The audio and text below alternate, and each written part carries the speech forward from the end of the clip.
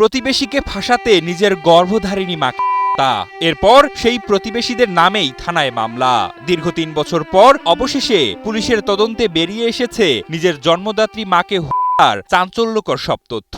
চম্পা, যিনি এই মামলার বাদী, চম্পাকে যখন আমরা ডাকলাম, ডেকে জিজ্ঞাসা করছি, একটা পর্যায়ে উনি কাঁদতে কাঁদতে আমাদের সামনে সবকিছু বলে দিয়েছেন। যে মায়ের আঁচলে ছিল সন্তানদের নিরাপদ আশ্রয়, সেই মাকেই নাকি শেষ পর্যন্ত দিতে হলো নিজের মেয়ের হাতে। পুলিশ জানায়, জমি নিয়ে বিরোধের জেরে প্রতিবেশীকে ফাঁসাতে এমনই নিকৃষ্ট কাজ করেছেন চম্পা নামের এই নারী। প্রতিবেশী বেল্লালদের সাথে তাদের দীর্ঘ ৩০ বছরের জমি জায়গা নিয়ে সমস্যা আছে এবং তারা কিন্তু বেল্লালদের বিরুদ্ধে নারী নির্যাতন মামলা সহ জমি জায়গার অভিযোগও তারা থানাতে করেছে, মামলাও তারা করেছে। ঘটনার সূত্রপাত ২০২৩ সালের ১৩ মার্চ। কিশোরগঞ্জের করিমগঞ্জ উপজেলার সিন্দিপ গ্রামের বাসিন্দা হালিমা। সেদিন রাতে তিনি বাড়িতেই ঘুমিয়েছিলেন। পরদিন বাড়ির পাশে একটি জমি থেকে তার মরদেহ উদ্ধার করা হয়। এ ঘটনায় মেয়ে চম্পা বাদী হয়ে প্রতিবেশী বিল্লাল সহ কয়েকজনকে আসামি করে থানায় মামলা করেন। ২০২৩ সালে ১৩ মার্চ হালিমা খাতুন, যার বয়স ৬৫ বছর প্লাস, তিনি হত্যা হন। তার মেয়ে বাদী হয়ে থানাতে মামলা করেন। প্রতিবেশীদের এজাহার করে আসামি করে থানাতে একটা অভিযোগ করেন।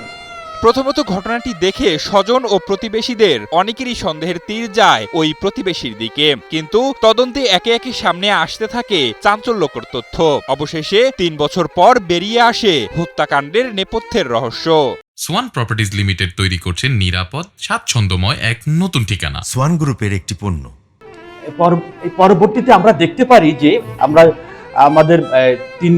আমাদের ৩ বছর ধরে পিবিআইতে এই মামলাটা আছে।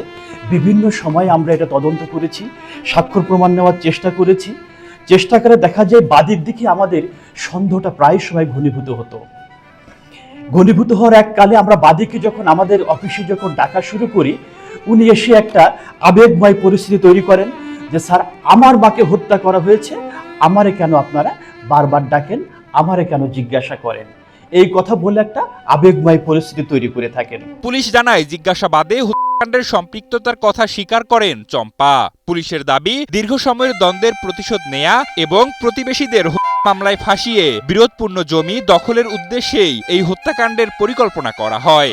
শুধু প্রতিবেশীদেরকে বিভিন্নভাবে হেনস্থা করার জন্য।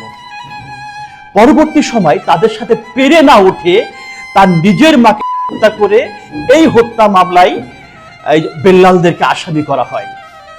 চম্পা বেগম তাদের অন্যান্য সহযোগীদেরকে নিয়ে এই ঘৃণ্যমূলক পরিকল্পনা করে তার নিজের মাকে হত্যা করে এবং বাড়ির পাশে ৩০০ গজ দূরে একটা মাঠে উল্টো করে পুঁতে রাখে। গত ২০ আগস্ট এক সংবাদ সম্মেলনে এসব তথ্য নিশ্চিত করে পুলিশের বিশেষায়িত অপরাধ তদন্ত সংস্থা পিবিআই কিশোরগঞ্জের অতিরিক্ত পুলিশ সুপার মোহাম্মদ আব্দুল আল মাসুদ। তবে ঘটনাটি নিয়ে বিস্তর তদন্ত চলছে বলে জানান এই কর্মকর্তা।